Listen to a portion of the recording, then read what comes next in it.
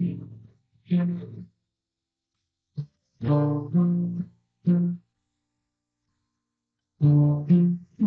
baik Tuhan, Kau baik, Kau baik Tuhan buat kami Tuhan, sungguh sangat baik Bapa.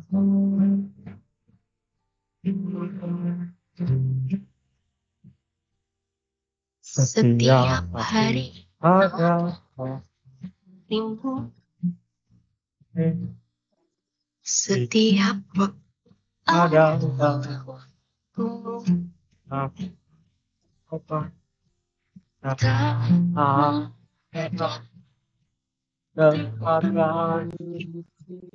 karena Engkau penuhi ruang hidupku.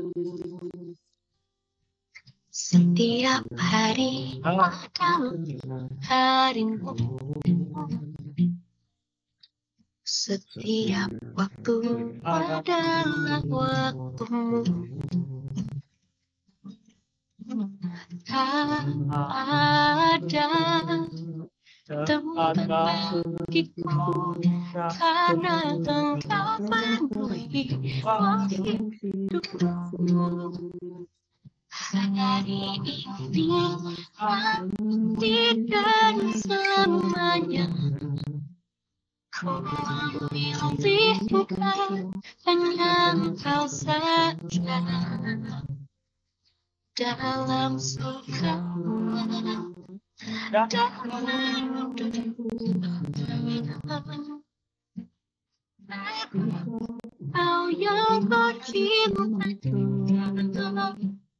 Hari ini nanti dan selamanya ku mengikat janji melayanimu saja. Suka kenapa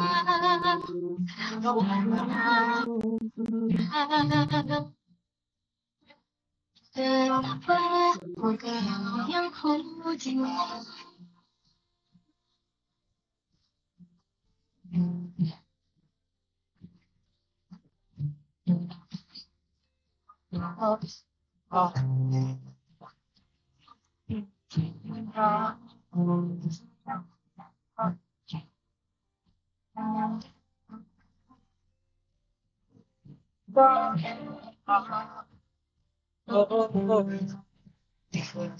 Hari ini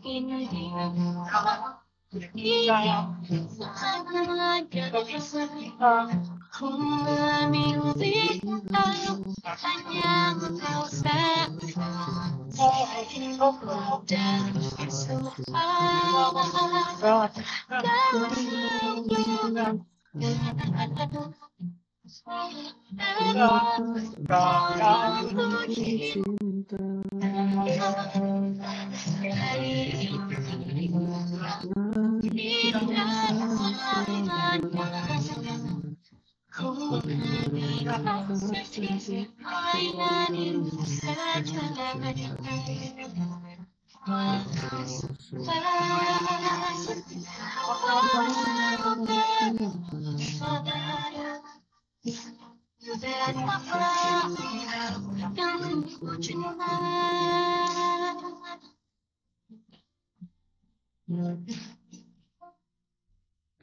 Dan tetaplah Engkau yang ku cinta.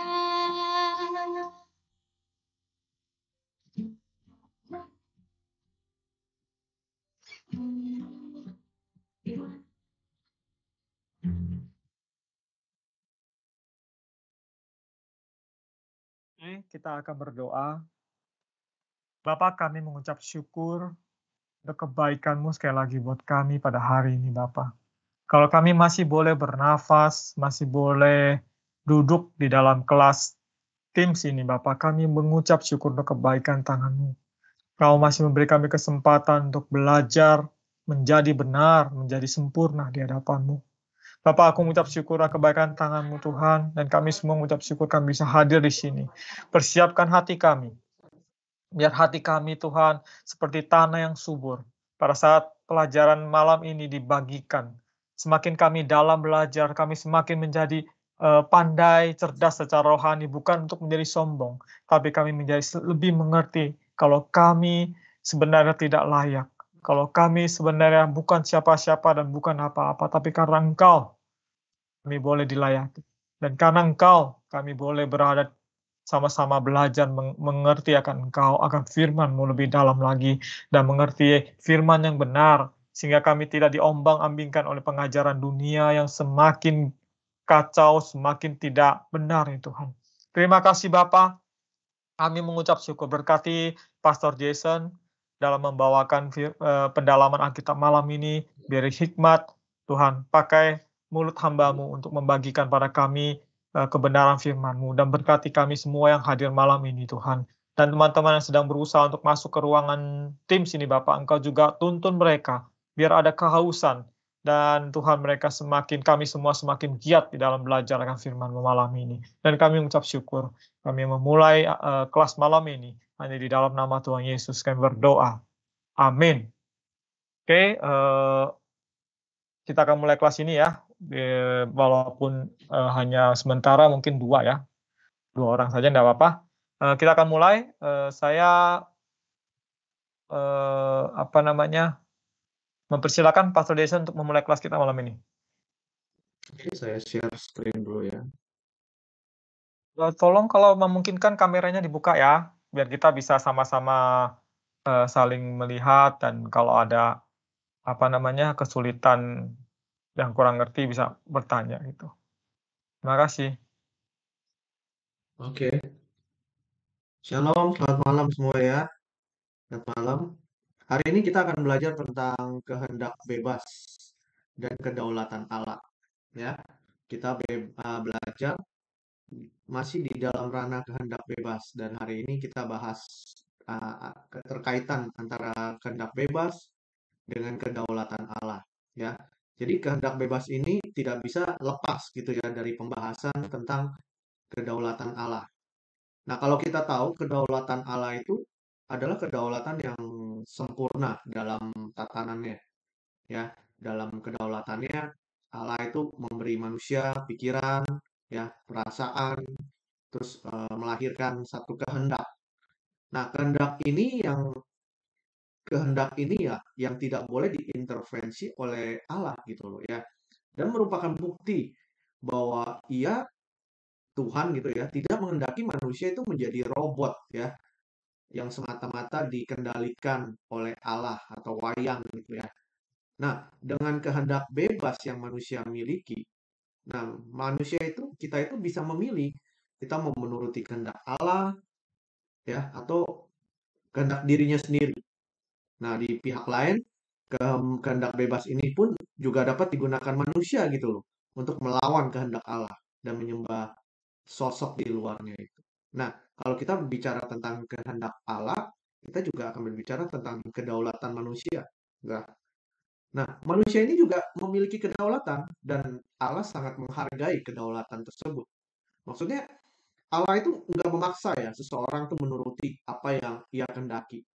Contohnya ya, berkaitan dengan Paskah gitu ya. Bentar lagi ya besok ya kita mau rayakan itu dalam kasus Petrus pun ketika Petrus mendengar kokok ayam setelah ia menyangkal Tuhan Yesus gitu ya.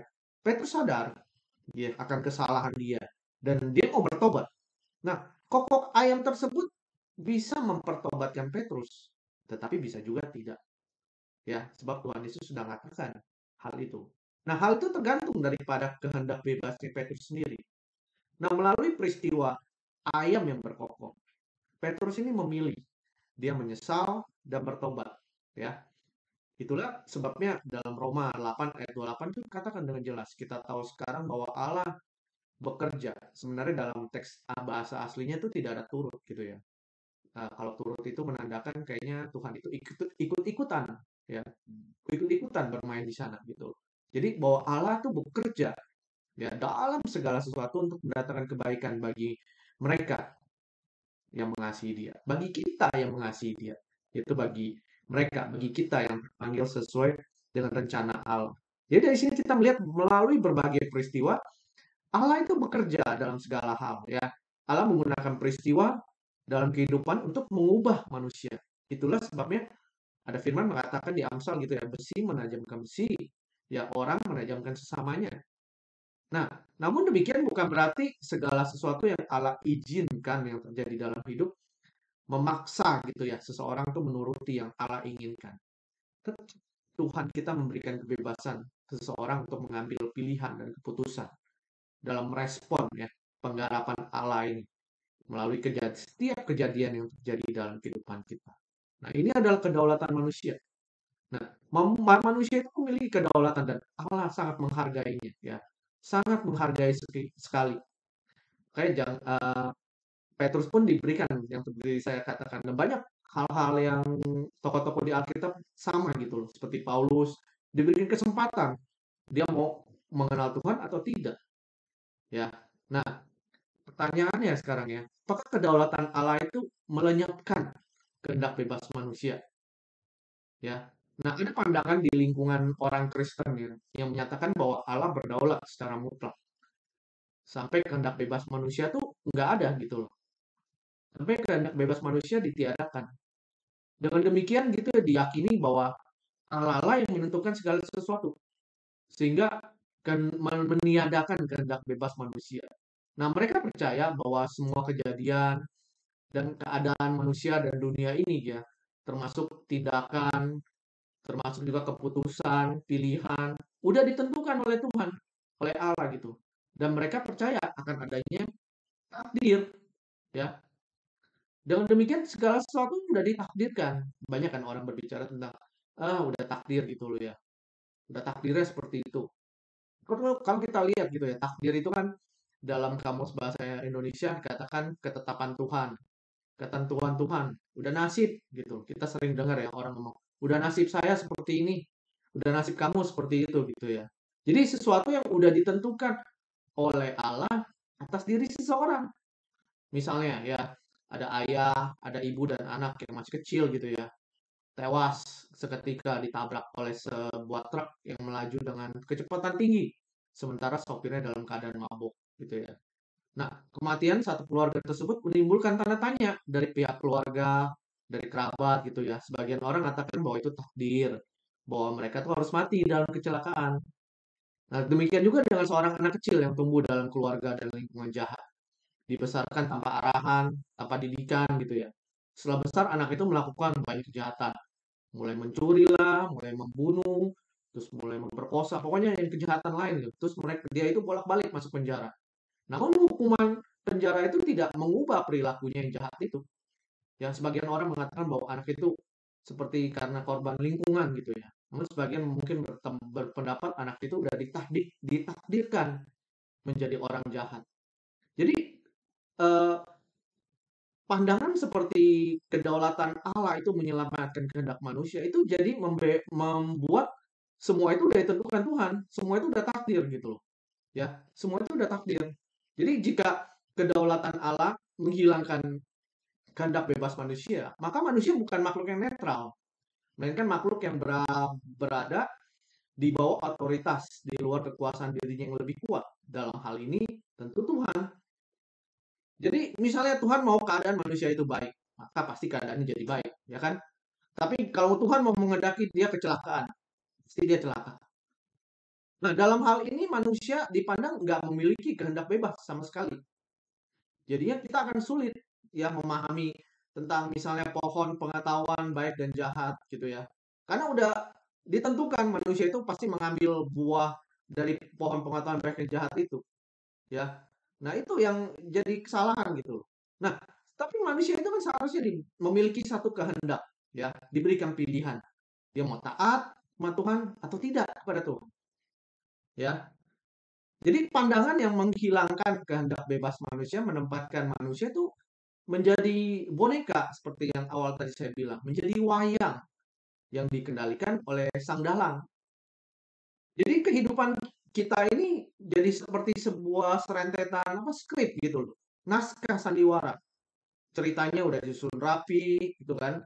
Pemainnya A, B, C udah ada perannya. Nah, panggungnya dunia ini. Nah, yang berbahagia yang paling senang itu mendapatkan peran yang menjadi orang baik, jadi jagoan misalnya gitu lah. Tapi celaka gitu loh. yang mendapatkan peran menjadi orang jahat, yang orang yang tidak baik gitu ya. Nah, di dalam gelar panggung ini, nah itu nggak ada orang yang berhak untuk mengubah cerita. Semua kan udah ditetapkan oleh penulis naskah gitu ya. Dan juga penulis naskah itu juga adalah seorang sutradara, yaitu Tuhan kita. Jadi Tuhan digambarkan seperti sutradara gitu. Udah penulis naskah. Jadi setiap orang nggak bisa lagi berhak mengubah ceritanya. Jadi jika kedaulatan Allah ini menghilangkan kehendak bebas manusia, maka manusia nggak perlu ya kan bertanggung jawab kepada manusia, juga bertanggung jawab kepada Tuhan. Sebab apa yang berlaku terjadi di dalam diri manusia itu di luar kemampuan dirinya mengontrol gitu loh. Nah, dia hanya bertugas memainkan perannya, bagiannya. Nah, ini juga berarti keberadaan surga, keberadaan neraka nggak perlu ada, ya kan? Kalau misalnya ada surga, ada neraka, berarti Allah kita bukan Allah yang penuh kasih, bukan Allah yang adil gitu. Bagaimana Allah bisa meminta tanggung jawab kepada orang yang cuma memainkan peran dari Allah dan nggak bisa mengontrol dirinya sendiri?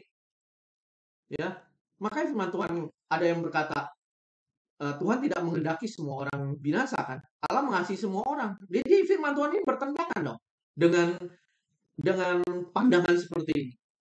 Ya, jadi misal manusia itu nggak harus bertanggung jawab. Jadi tidak perlu ada penghakiman. Untuk apa gitu kan? Tuhan nggak perlu menuntut tanggung jawab manusia.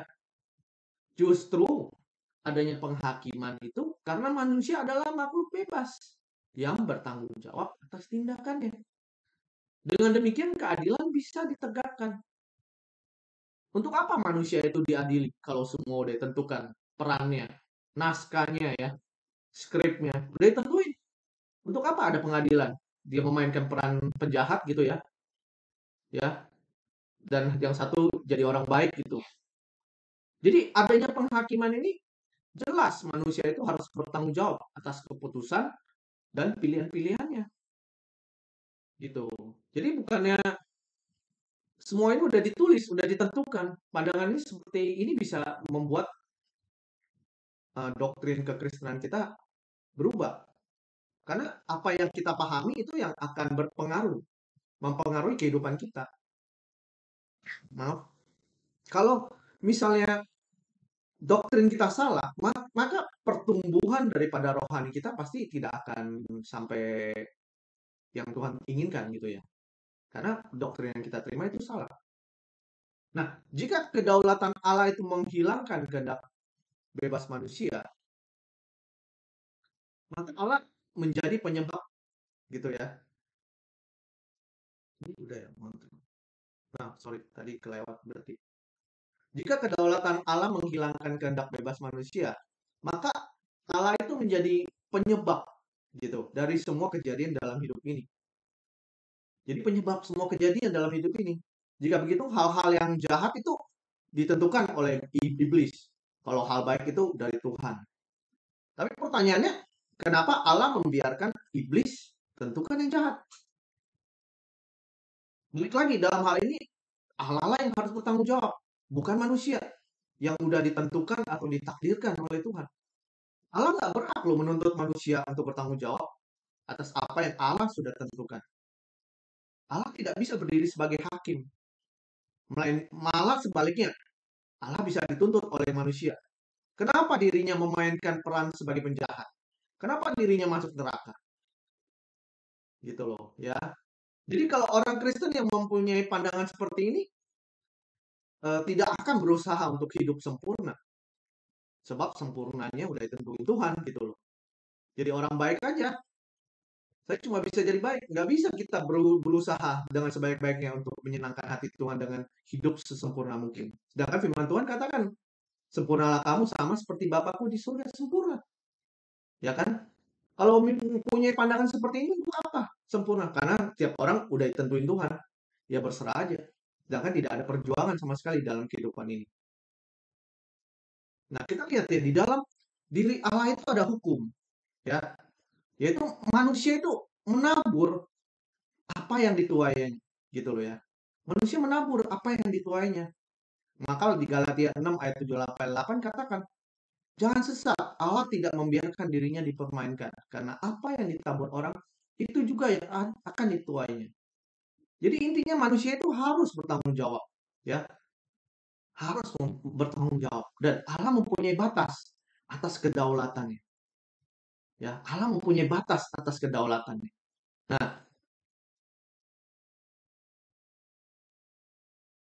apakah kedaulatan Allah menyerahkan kehendak manusia? Jawabannya seperti apa, saudara? Teman-teman semua. Tidak. Ya, kedaulatan Allah tidak menyelenyapkan kehendak bebas manusia. Kita bisa ambil contoh ya, seperti yang minggu lalu kita bahas, anugerah keselamatan, ya, anugerah dan kehendak bebas, anugerah keselamatan ya kita bahas itu. Kalau seseorang berpandangan ya bahwa Allah secara sepihak gitu ya, dia menentukan keselamatan seseorang di luar kesadaran orang tersebut, maka keselamatan sering hanya dipahami sekedar hindar dari neraka, terus diperkenankan masuk surga. Nah, pandangan ini biasanya juga disertai dengan asumsi gitu ya, bahwa keselamatan atas individu, atas perorangan itu didasarkan pada pilihan Allah secara sepihak, berdasarkan kedaulatan Allah yang mutlak. Jadi Allah yang udah tentuin, kamu selamat, yang lain enggak. Nah, ya kan? Dalam hal ini respon manusia nggak dibutuhkan atau tidak bisa berperan ya gitu ya secara tepat. Bahkan nggak bisa berperan sama sekali. Jadi manusia itu menjadi objek yang hanya menerima takdir atau penentuan Allah di luar kemampuan diri manusia itu untuk menolak atau menerima. Nah, kita lihat kompensasi dari pengertian keselamatan yang tidak tepat tersebut adalah kepastian keselamatan yang cuma didasarkan pada nalar gitu ya. Pengertian dalam nalar, bukan pada pengalaman pergaulan pribadi dengan Tuhan. Mestinya kan kepastian kita selamat itu dibangun gitu ya dari penghayatan kita setiap hari terhadap kehadiran Tuhan dan kehidupan yang diubahkan gitu loh. Semakin hari menjadi seperti Yesus. Nah, banyak orang-orang mereka itu membela definisi keselamatannya gitu ya, yang nggak tepat. Para penganutnya mungkin menyusun tentang sistematika, dogmatika semacam itu yang logis untuk dapat mengurai, memberi landasan, ya, dasar atas keselamatannya mereka. Nah, ternyata doktrin seperti ini nggak mampu menyelamatkan orang Kristen dari pengaruh dunia. Kita lihat contohnya masyarakat Eropa, ya kan? Mereka mengaku bertuhan, tapi kita lihat kehidupannya. Kita lihat gereja di sana. Nggak ada sama sekali kan? Orang-orang anak-anak muda gereja bisa berubah jadi tempat coffee shop, tempat belanja, bahkan menjadi tempat ibadah agama lain. Bahkan menjadi sex shop misalnya. Kita lihat kehidupan mereka. Yang mereka awal-awal mengirimkan misionaris, ya kan? Terus ternyata akhirnya seperti ini, itu keselamatan yang mereka bangun. Tidak perlu ada usaha manusia. Kamu udah ditakdirkan selamat. Selamanya selamat. Gitu loh. Pandangan mereka seperti itu. Tidak perlu perjuangan kita. Karena kita udah ditakdirkan selamat. Udah tenang-tenang aja. Duduk-duduk aja. Menikmati hidup. Sampai akhirnya kita meninggal, kita masuk surga. Nah, itu yang menyebabkan negara Eropa ini sekarang seperti itu masyarakatnya. Mereka jauh dari Tuhan. Walaupun dari mulut mereka mengatakan orang Kristen. Bahkan mereka tidak perlu ke gereja katanya. Untuk apa? Nah, biasanya komunitas orang Kristen yang menganut pandangan ini lebih menggunakan nalar gitu loh. Membangun sistematika teologinya itu ya seperti itu untuk membuat pandangan mereka lebih tampaknya alkitabiah gitu. Tapi di lain pihak kita lihat kehidupan orang Kristen seperti ini kurang bergairah untuk menjangkau kesucian hidup yang standarnya kesempurnaan Bapa serupa dengan Tuhan Yesus. Nah, dan mereka hebat gitu ya, teolog mereka pintar berdebat gitu ya, berapologet hebat, memaparkan semua doktrin mereka. Tapi faktanya mereka lebih cenderung menjadi sombong dan mereka merasa menjadi orang Kristen yang paling benar dalam pemahaman mengenai Alkitab. Nah, mereka juga memiliki kecenderungan kurang menekankan hal yang bersifat subjektif, maksudnya miskin gitu ya, dalam pengalaman pribadi dengan Tuhan.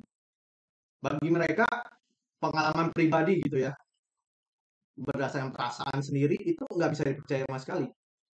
Hal itu didasarkan pada pandangan bahwa keadaan manusia ini udah jatuh dalam dosa. Nggak bisa dipercaya sama sekali. Karena manusia itu berdosa, tidak ada peluang sama sekali untuk bisa mengenal kebenaran. Nah, padahal kita kan orang percaya yang sudah menerima kebenaran itu memiliki namanya materai Roh Kudus yang menuntun kita kepada seluruh kebenaran. Nah, mestinya kita sebagai orang percaya itu membuka ruang hidup kita untuk bisa bergaul dengan Tuhan melalui Roh Kudus. Nah, guna mendapatkan pengalaman pribadi dengan Tuhan gitu ya.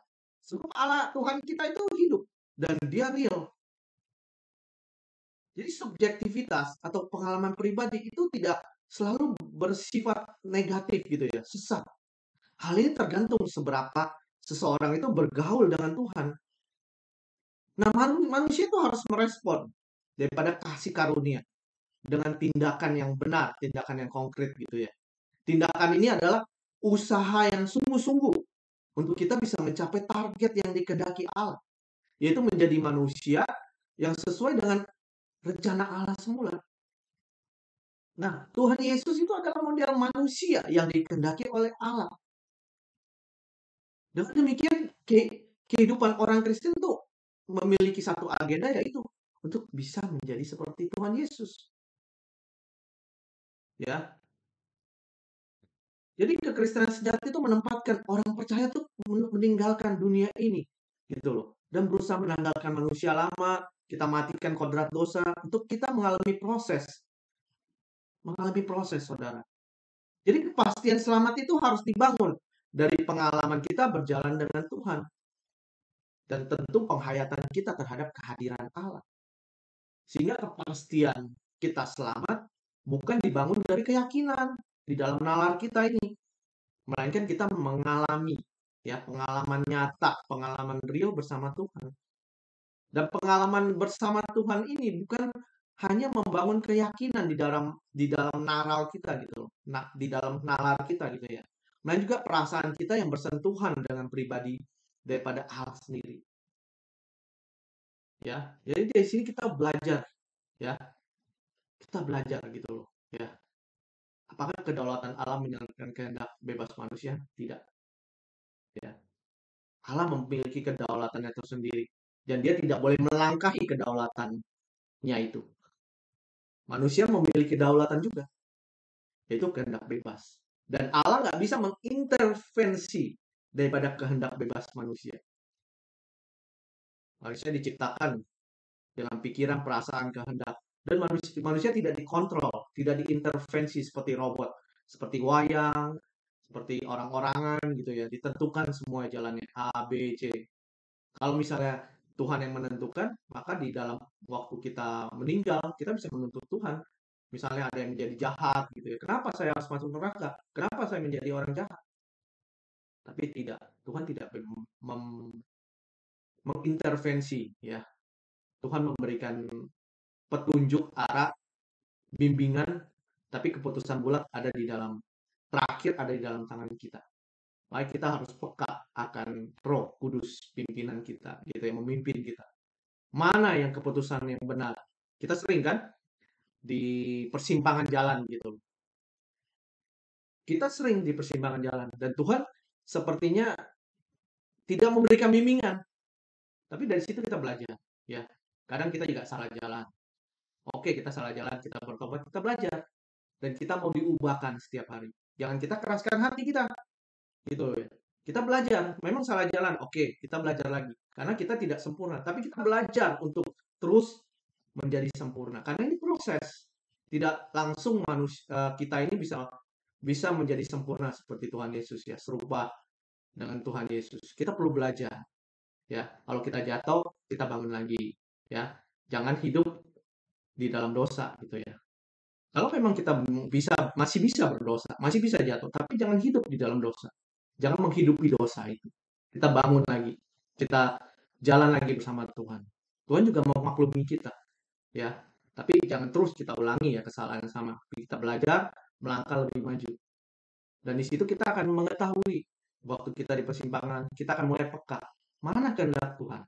Mana jalan yang aku harus tempuh Tuhan? Tentu dengan kita mempunyai waktu yang quality time ya bersama Tuhan ya. Kita belajar mendengarkan suaranya, kita renungkan firman-Nya, kita berdoa minimal 30 menit, bahkan 1 jam ya. Untuk pelayan Tuhan harus belajar untuk bisa 1 jam setiap hari, memberikan waktu yang terbaik. Nah, dari situ kita belajar. Karena kita harus mempertanggungjawabkan keputusan kita. Gitu loh ya. Penting sekali harus mempertanggungjawabkan keputusan kita ya. Jangan sampai kita bersalah di hadapan Tuhan nanti. Kita merasa, oh, saya baik-baik aja gitu loh. Saya membuat keputusan yang baik. Kita tidak pernah introspeksi, kita tidak pernah belajar untuk duduk diam di kaki Tuhan. Ternyata Tuhan menolak kita. Ya, kita seenaknya saja menghamburkan kehendak bebas yang Tuhan sudah berikan itu. Kehendak bebas itu Tuhan sudah berikan kepada kita, tapi itu ada tanggung jawabnya. Seperti firman katakan, kamu telah dibeli dan harganya telah lunas dibayar. Luar biasa. Bukan di kredit ya, udah lunas dibayar. Termasuk juga kehendak bebas kita udah dibeli. Jadi kita tidak boleh memfoya-foyakan lah istilahnya ya. Kehendak bebas kita itu. Harus benar-benar kita perkarakan di hadapan Tuhan. Benar nggak ini jalan yang Tuhan tentukan bagiku? Itu kita harus belajar, saudara. Ya, teman-teman semua. Thank you buat hari ini kita belajar sesuatu yang luar biasa ya.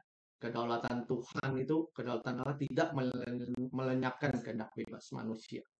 Terima kasih.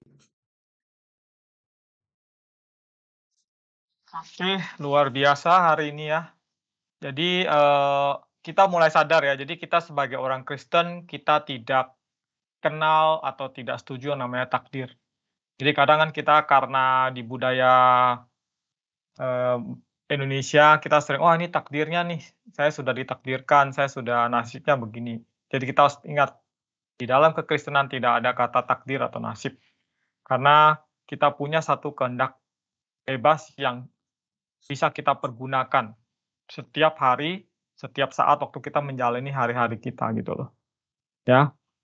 Jadi contohnya aja, dulu saya pernah bertanya pada dosen saya juga, "Pak, apakah Yudas ditentukan sama Bapa untuk dia berkhianat menjual Tuhan Yesus?"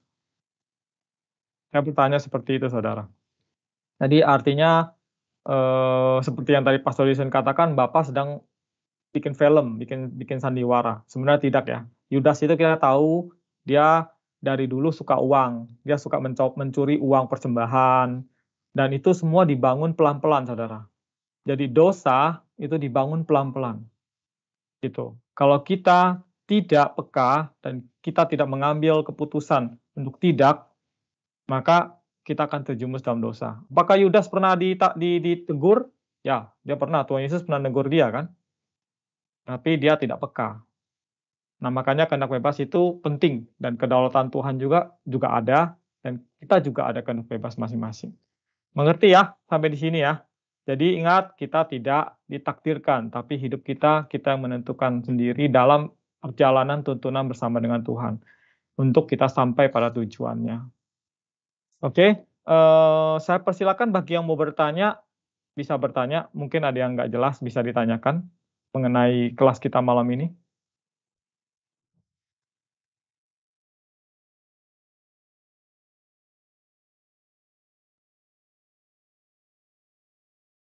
Bu Marlina, Pak Ili, atau Bu Mary dan Bapak?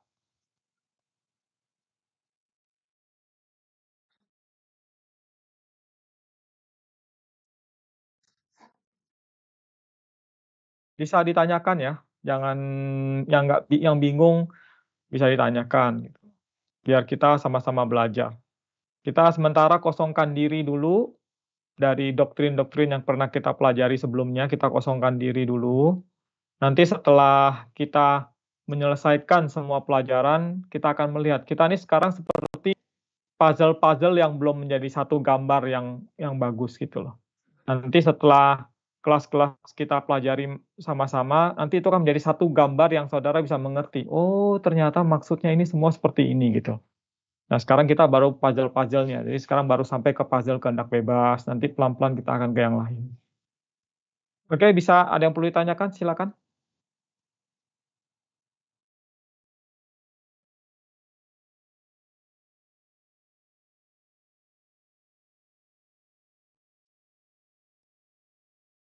Jangan malu-malu, Pak Eli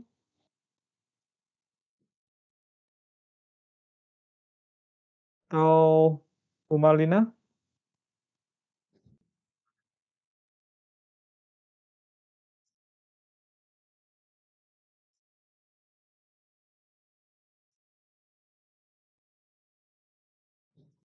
Selamat ya, malam.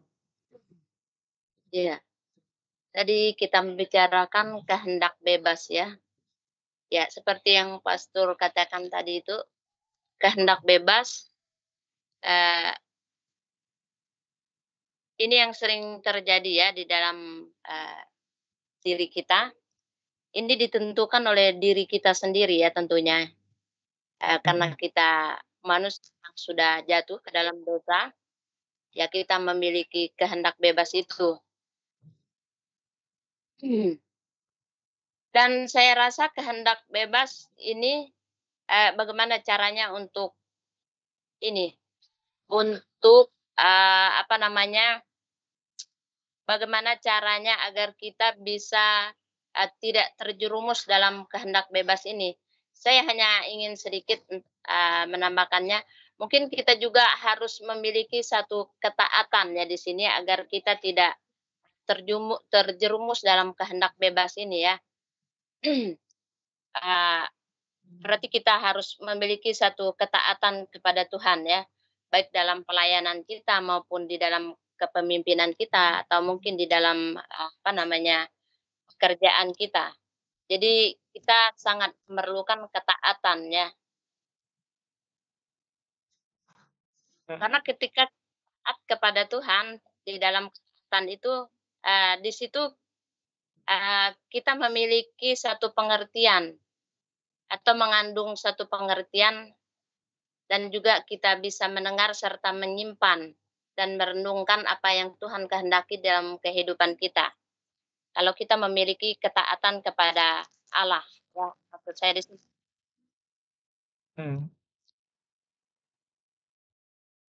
Ya. Jadi sebagai orang percaya kita harus taat kepada Tuhan, karena Dialah yang akan memberikan satu petunjuk, di dalam kehidupan kita. Dia yang akan melindungi kita dari segala, mara bahaya tentunya tadi dari kehendak bebas kita. Ya seperti yang pastor katakan tadi itu, supaya kita tidak bisa, diombang-ambingkan oleh rupa-rupa, dunia ini. Seperti apa ya, seperti kita bisa apa namanya, bisa dibawa masuk ke apa, ke ajaran-ajaran sesat ya, seperti yang kita tahu, seperti yang juga di sini teman-teman banyak, apa namanya, alami, kita bisa masuk ke dalam ajaran-ajaran sesat GTMK itu, yaitu karena kita tidak mempunyai ketaatan ya, kita tidak punya ketaatan kepada Allah. Jadi makanya kita bisa digodai, oleh rupa-rupa dunia ini, oleh roh-roh yang ada di dunia ini, yang bisa menyesatkan kita.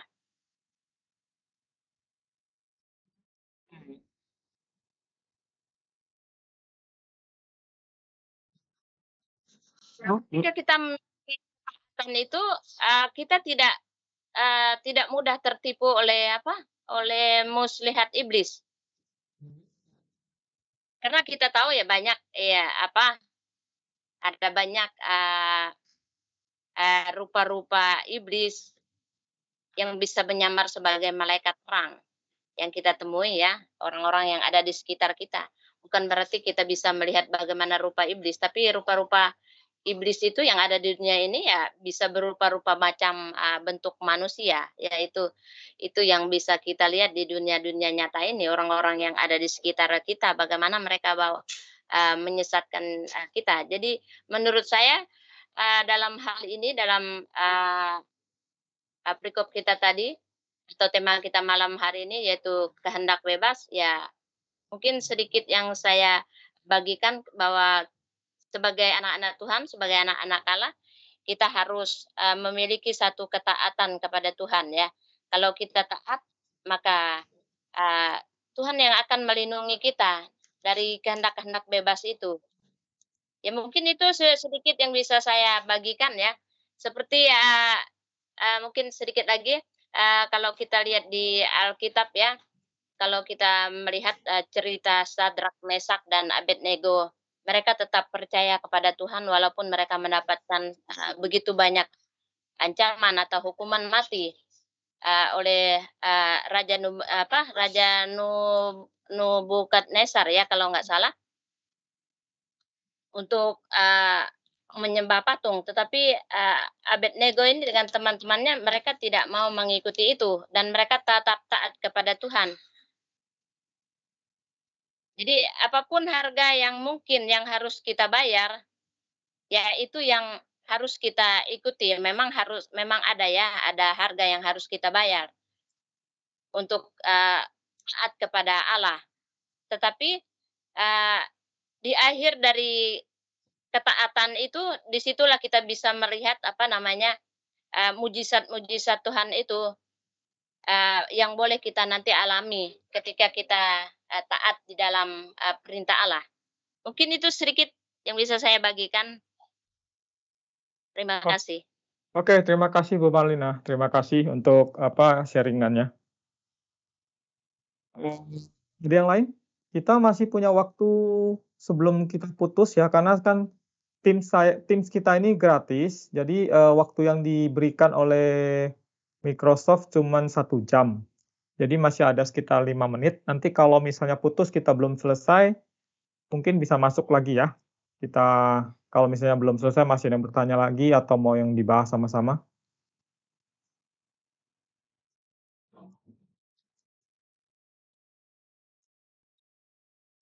Udah? Pastor Desi mau tambahkan sebentar 1-2 menit yang tadi Ibu Marlina katakan? Ada?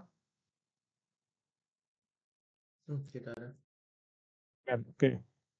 Oke, kalau nggak ada berarti terima kasih Bu Marlina atas tadi yang disampaikan. Jadi kehendak bebas itu harus didasari, saya tambahkan sedikit ya, kehendak bebas kita itu harus didasari pengertian yang benar akan firman Tuhan. Kalau kita tidak mengerti akan firman Tuhan dengan benar, maka kita akan salah. Jadi kita akan salah dan kita nggak akan mengerti apakah ini benar apa enggak. Kemudian harus disertai juga hubungan yang intim dengan Tuhan supaya roh kita peka, saudara. Di kelas yang ke-2 kita diajarkan kita memiliki roh Allah di dalam kita. Jadi kita ada roh yang Tuhan berikan dan roh itu akan menuntun kita. Nah, kalau saat kita peka, kita akan tahu, oh ini nggak benar, ini salah. Jadi kita nggak akan diombang-ambingkan atau ngikut yang salah gitu loh. Ya, oke. Untuk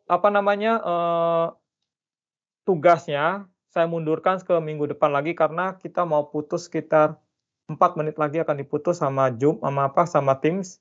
Jadi saya akan tutup kalau nggak ada pertanyaan, saya akan tutup. Kalau ada pertanyaan bisa di-share di grup ya, untuk supaya bisa kita bahas sama-sama. Dan sekarang intinya kita harus mengerti kita punya kehendak bebas, jangan salah digunakan aja itu intinya. Tapi dengan dasar kebenaran yang benar, supaya kita tidak salah memilih akan semuanya itu. Oke? Terima kasih atas waktunya teman-teman, kita mau berdoa. Boleh saya minta dengan hormat Ibu Mary bantu kami dalam doa? Kita mau tutup kelas kita malam ini.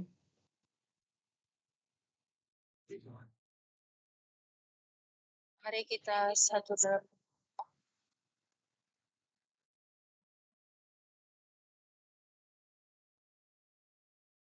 Ya Allah Bapa kami yang baik, terima kasih Tuhan untuk dari pelajaran hari ini, mana kami belajar Tuhan tentang kehendak bebas Tuhan di dalam diri kami. Tuhan, Sesungguhnya kami dapat belajar bahwa nasib itu bukan ditentukan oleh Tuhan, tetapi Tuhan oleh karena diri kami sendiri, kamilah yang memilih Tuhan, kemana kamu harus pergi dan berjalan.